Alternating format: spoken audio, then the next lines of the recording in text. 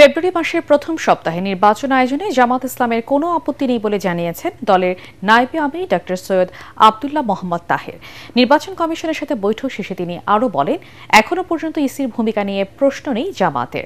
নির্বাচনে level playing field তৈরির জন্য নির্বাচন কমিশনের সাধ্যমতো চেষ্টা করার আশ্বাস দিয়েছে বলেও জানান আব্দুল্লাহ মোহাম্মদ তাহের। বলেন, দখলি নির্বাচনকে দেশের মানুষ গ্রহণ করবে না। এ সময় তিনি আরও বলেন, জুলাই সনদের আইনি ভিত্তি দেওয়া হলেই তাতে স্বাক্ষর করবে জামাত। জামাত ইসলামী সবসময় নির্বাচনের পক্ষে এবং ফেব্রুয়ারি মাসে যে নির্বাচনের তারিখ ঘোষণা করা হয়েছে সেই তারিখের ব্যাপারে জামাতের মৌলিক কোনো আপত্তি নেই। কারণ আমরা আগে থেকেই বলছিলাম যে নির্বাচন ফেব্রুয়ারিতে হতে পারে, এপ্রিলে হতে পারে।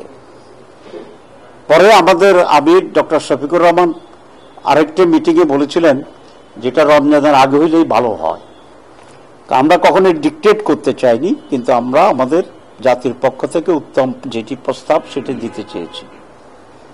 তো সুতরাং ফেব্রুয়ারি ফার্স্ট উইকে নির্বাচন হবে, এখানে আমাদের কোনো আপত্তি নেই এবং জামাত ইসলামী সেই নির্বাচনের তারিখকে আমরা ওয়েলকাম করেছি, আমরা ইতিবাচক বলেছি।